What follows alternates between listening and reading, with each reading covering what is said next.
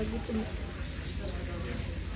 శ్రీరామ జయ రామ జయ జయ రామ శ్రీరామ జయ రామ జయ జయ రామ శ్రీరామ జయ రామ జయ జయ రామ శ్రీరామ జయ రామ జయ జయ రామ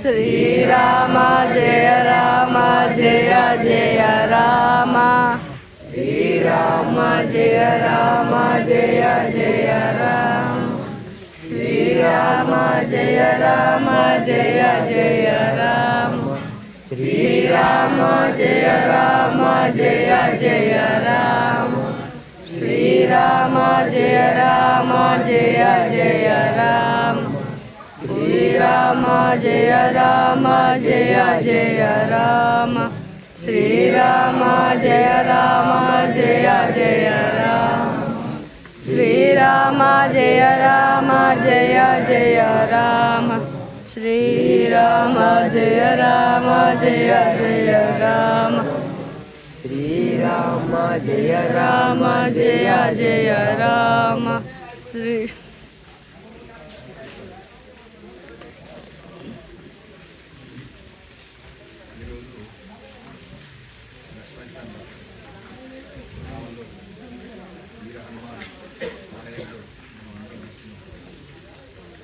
కార్యక్రమానికి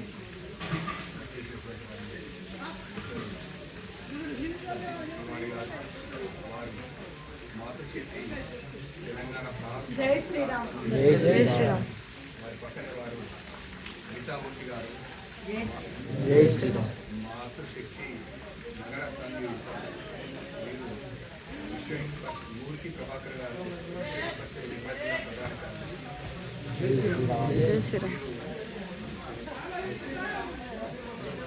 వేదేశ్వర్ ఉగాదర్ లక్ష్మణ్ చంద్ర అఖండ అంటే లక్ష్మణ్ చంద్ర మామూలు 2 మండలాలకు కలిసి మీరు బజరంగ ప్రధాన కార్యదర్శి. నా పేరు చింతకుంట శ్రీనివాసు. నేను విశ్వ హిందూ పరిషత్ నిర్మల్ జిల్లా ఉపాధ్యక్షుడు. ఇవాళ ఎందుకు ఈ నామానికి రావడం జరిగింది అంటే దేశవ్యాప్తంగా ప్రపంచవ్యాప్తంగా ఇవాళ మనుషుల యొక్క మానవత నైతిక విలువలు పడిపోతాయి. మనం రోజు పేపర్లు చూస్తున్నాము. ఇట్లాంటి వార్తలు కూడని వార్తలు కూడా మనం సమాజం ఆ విధంగా చెడిపోయింది. మరి ఇట్లా చెడిపోతున్నటువంటి ఈ సమాజానికి మనకు ఈ రాముని యొక్క రామనవమి వచ్చింది 27 నాడు రామనవమి శ్రీరాముడు. మరి ఈ రాముని యొక్క గుణగణాలను అలవాటు చేయాలని చెప్పేసి విశ్వ హిందూ పరిషత్ భారతదేశం మొత్తంలో ఉగాది నుండి హనుమాన్ జయంతి వరకు 15 రోజుల పాటు రామోత్సవం అనే ఒక కార్యక్రమం నిర్వహిస్తుంది. అందులో భాగంగా ఇవాళ లక్ష్మీచంద్రకు రావడం. ఎందుకు మనం చూస్తాము, రామో ధర్మాన్ విగ్రహం. రాముడికి ఒక రూపం ఇస్తే అది ధర్మం అవుతుంది అని, ధర్మానికి ఒక రూపం ఇస్తే రాముడు అవుతుంది. అంటే ఇంతటి రాముడు ఇంత ధర్మాత్ముడే. రామాయణం అంటే అర్థం ఏంటంటే ఆయనం అంటే కాలము నడిచిన గోవు అన్నట్టు. అంటే రాముడు నడిచినటువంటి కాలానికే రామాయణం అని చెప్పేసి పేరు పెట్టింది. మరి రాముడు ఎప్పటి వాడు? త్రేతాయుగానికి చెందినటువంటి వాడు. త్రేతాయుగం అయిపోయింది, ద్వాపరయుగం అయిపోయింది, ఇప్పుడు కలియుగం కూడా అయిపోవడానికి దగ్గరికి వచ్చింది. అంటే 3 యుగాలు గడిచినా కానీ ఇంకా మనం రాముడి యొక్క నామస్మరణ చూస్తున్నాం. రాముడు ఎంత గొప్పవాడంటే ఇంకా రామాయణం మొత్తంలో మరి ఇంకా రాముడు ఒక్కడేనా అంటే కాదు. రామాయణంలో ప్రతి పాత్ర గొప్పదే. రాముడు గొప్పోడే, భరతుడు గొప్పోడే, లక్ష్మణుడు గొప్పోడే. ఒక్కొక్క పాత్ర ఒక్కొక్క విలక్షణమైనటువంటి పాత్రలు ఇందులో మనకు కనిపిస్తాయి. ఇంకో రాముడి యొక్క గుణగణాలను గురించి మొల్ల రామాయణంలో ఆమె ఏం చెప్తా అంటే, నీలమేఘఛాయ బోర్దేహమువాడు ధవలాబ్జ పత్ర నేత్రములవాడు కంబు సన్నిభమైన కంఠంబు గలవాడు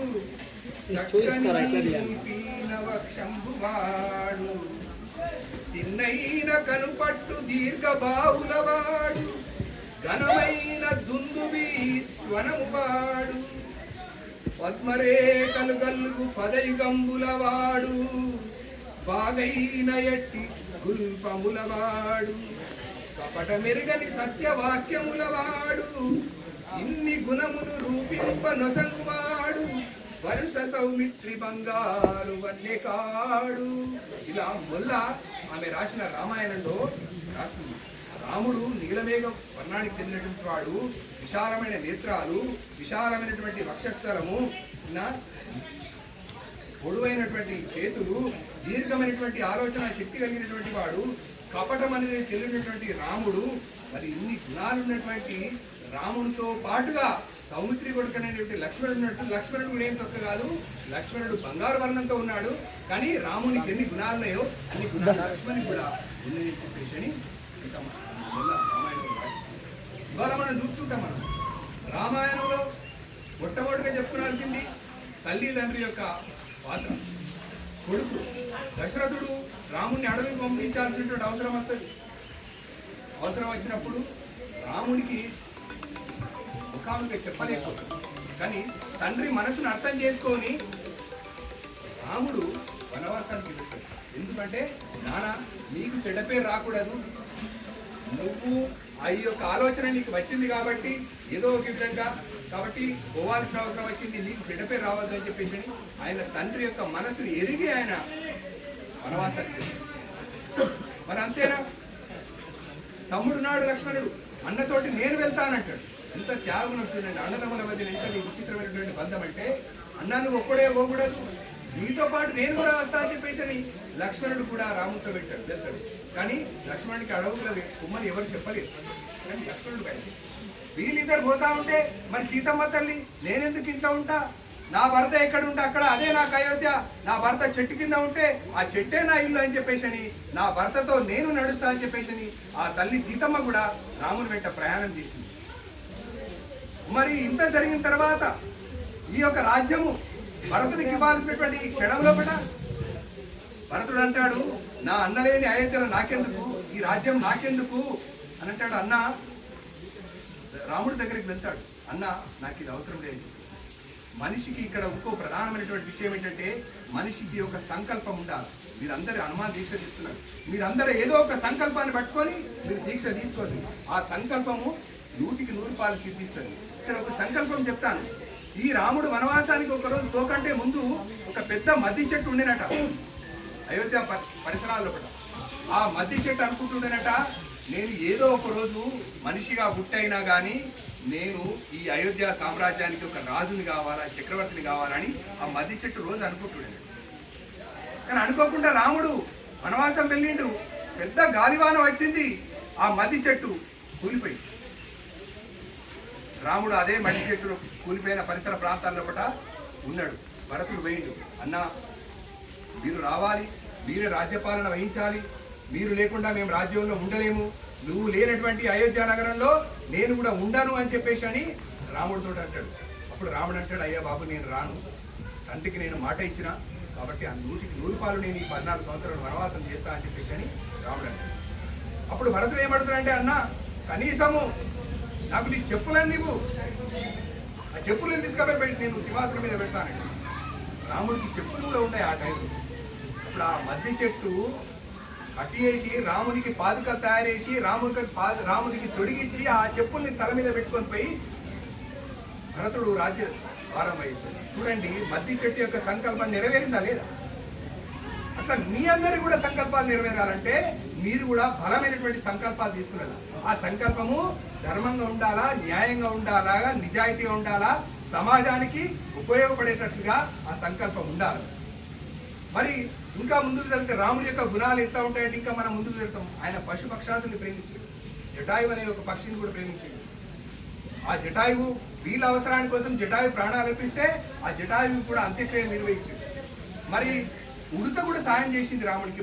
రామ యొక్క ఆ యొక్క లంకకు భారత నిర్మాణంలో ఇదంతా మనకు తెలుసు. మరి యొక్క వానరుడితో స్నేహం చేసిండు. రాముడు వనవాసానికి వెళ్ళే క్రమంలో కూడా గూడుతో స్నేహం చేసిండు.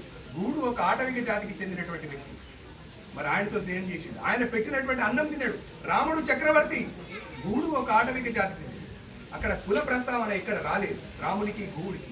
కానీ రాముడు గుహుణ్ణి తన స్నేహితుడిగా భావించిండు, ఆయనతో కలిసి భోజనం చేసిండు, ఆయనతో కలిసి పడుకున్నాడు. మరి ఇవాళ ఎన్ని కులాల కొట్లాటలు జరుగుతున్నాయి మనం అందరం చూస్తున్నాం.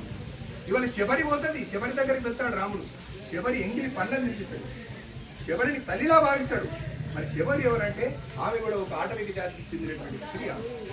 అట్లాంటి భేదభావం లేనటువంటి ఈ సమాజంలో మనము ఉన్నాము. డాక్టర్ బాబాసాహెబ్ అంబేద్కర్ ఏం చెప్తారంటే, ఈ దేశంలో 4వ శతాబ్దం వరకు ఈ దేశంలో ఎటువంటి కుల ప్రస్తావన లేకుంటే 4వ శతాబ్దం దాటి తర్వాత మాత్రమే ఈ దేశంలో కులాల ప్రస్తావన వచ్చింది. వీడు చిన్న కులం, వాడు పెద్ద కులం అని చెప్పేసి ఒక భావన వచ్చింది. కాబట్టి మనం కూడా మనకెందుకు కులం, రాజుకు లేనటువంటి కులం మనకెందుకు? సాక్షాత్తు శ్రీమన్నారాయణ అవతారమైనటువంటి రామచంద్రమూర్తి కుల ప్రస్తావన పట్టించుకుండేదు. ఒక గూడుతో స్నేహం చేసిండు, ఒక శబరితో స్నేహం చేసిండు, ఒక జిటారును ప్రేమించిండు, ఒక వానర సైన్యాన్ని ప్రేమించిండు. అట్లాంటి వ్యక్తికి లేనటువంటి కులబంధం మనకెందుకు వచ్చింది హిందూ సమాజానికి అని మనం ఆలోచన. మీకు ఒక జగద్గురు ఆది శంకరాచార్య ప్రస్తావన చెప్తారు. ఆయన జగద్గురు శంకర ఈ దేశంలో బౌద్ధ మతం తీవ్రంగా వ్యాపించినటువంటి సమయంలో తిరిగి హిందూ మతాన్ని ధర్మాన్ని స్థాపించే క్రమంలో ఒక గ్రామంలో వెళ్తా ఉంటే ఒక చండాలుడు బాగా తాగి శంకరాచార్యులు తెలియదు. ఒక శంకరాచార్యుడు ఏమంటారంటే, బాబు నువ్వు తాగి ఉన్నావు, నువ్వు నాతో కడ్డు తగలడు. ఇప్పుడు ఆ చండాలుడు ఏమంటారంటే, నన్ను జరగమంటున్నావా, నాలో ఉన్నటువంటి ఆత్మారాముని జరగమంటున్నావా అని. అంటే ప్రతి మనిషిలో భగవంతుడు, ఎవరికి కులం అంటగట్టదు. కులము ఇంటి లోపల మన కులము, గడప దాటితే మనమంతా హిందువులము, బంధువులం అని చెప్పేసి ఒక నినాదంతో, ఆ స్ఫూర్తితోటి ఇవాళ హిందూ సమాజం అంతా ముందుకెళ్లాల్సినటువంటి అవసరం ఉంది. అట్లాగే మనం పోతాం, రాముడి యొక్క దేశభక్తి పోతారు, వానరం లంకా వారధిని నిర్మిస్తారు. రామాయణ పెద్ద మహాభారత చరిత్రలో అత్యంత పెద్ద యుద్ధాలు, ఒకటి రామరావణ యుద్ధము, ఒకటి కళింగ యుద్ధము, ఇట్లాంటివి కొన్ని మాత్రమే యుద్ధాలని. అట్లాంటి యుద్ధం భయంకరమైన యుద్ధం జరుగుతుంది. రావణ యొక్క సంహారం జరుగుద్ది. అక్కడ లంకా నగరం చూస్తే ఎటు చూసిన బంగారు ఇల్లు, బంగారు కిటికీలు, బంగారు తోరణాలు, బ్రహ్మాండమైనటువంటి బంగారంతో దేశీయమానంగా వెలుగుతుంటే ఆ లంకా నగరంలో కూడా విభీషణుడు అంటాడు, అయ్యా రామ, ఇంత పెద్ద పని చేసావు కదా, మాకు ఈ లంకకు నువ్వే రాజుగా ఉండు, మమ్మల్ని నువ్వే పరిపాలన చేయు అని చెప్పేసి విభీషణుడు రాముడిని అడుగుతాడు. లక్ష్మణుడు కూడా అంటే ఇంత సంపద చూసి, అన్నా మనకు అయోధ్యలో కూడా ఇంత సంపద లేదు, మనం కూడా ఇక్కడ ఉందాము అని చెప్పేసి లక్ష్మణుడు కూడా ఒక ఆలోచన కలుగుతాడు. ఇప్పుడు ఆ రాముడు ఏమంటాడంటే, జననీ జన్మభూమిచ్చా స్వర్గాలపి గరియేసి అని చెప్పేసి అంటాడు రాముడు. అంటే నా తల్లిని కన్న తల్లి ఏదైతుందో భారతమాత, అది స్వర్గం కంటే కూడా గొప్పది. కాబట్టి నేను నా దేశంలోనే ఉంటా, ఇక్కడ ఎంత సంపద ఉన్నా ఏమున్నా మనకు అవసరం లేదు తమ్ముడు. మరి అట్లా రాముడు లాంటి దేశభక్తి మనకు కావాలా, రాముడు లాంటి ధర్మభక్తి మనకు కావాలా, రాముడు లాంటి స్నేహభక్తి మనకు కావాలా, రాముడు లాంటి ధైర్య సాహసాలు మనకు కావాలా. ఏమంటారు మరి, అవన్నీ ఉండాలా కాదా? మరి మనం ఇవాళ ఎందుకు మీరు అంత హనుమాన్ స్వామి దీక్షలు ఎందుకు పడుతున్నారంటే చెప్పండి. రాముడి యొక్క గుణగణాల నుంచి మీరు హనుమాన్ స్వామి దీక్షలు పట్టినా కానీ మీరు రాముడినే ప్రేయర్ చేస్తున్నారు కదా, రాముడినే పూజిస్తున్నారు కదా. ఎందుకంటే ఎత్ర ఎత్ర రఘునాథ కీర్తనం తత్ర తత్ర హృదస్థగాంజలి అని చెప్పేసినట్టు, అంటే ఎక్కడెక్కడ రామనామ కీర్తన జరుగుతుందో అక్కడ తప్పకుండా హనుమంతుడు ఉంటాడు అని చెప్పేసినట్టు. రాముడిని పూజిస్తే హనుమంతుడు సంతోషిస్తాడు. కాబట్టి మీరందరూ కూడా స్వాములు మంచి సంకల్పం తీసుకోండి, నిజాయితీగా మీరు దీక్షను పరిపూర్ణం చేసుకోండి, మీ కోరికలు అవుతున్నాయో అవన్నీ పరిపూర్ణం చేయమని చెప్పి భగవంతుని వేడుకోండి. మీరు ధర్మంగా బతకండి, న్యాయంగా బతకండి, హిందూ సామ్రాజ్యం కోసం బతకండి, ధర్మాన్ని రక్షిద్దామని చెప్పేసి ఒక సంకల్పం తీసుకొని బతకండి. ఈ కులాలన్నీ పక్కకు పెట్టేసేయండి, మనమంతా హిందూ బంధువులం అని చెప్పేసి ఒక భావనతోటి ఏకాత్మతా భావంతో మనం అందరం కలిసి ఉందామని చెప్పేసి అని మీ అందరూ విజ్ఞప్తి చేస్తూ, ఇప్పుడు మన జిల్లా ప్రధాన కార్యదర్శి మూర్తి ప్రభాకర్ గారు అక్కడ నిమిషం మాట్లాడారు. అందరికీ జై శ్రీరామ్ అండి.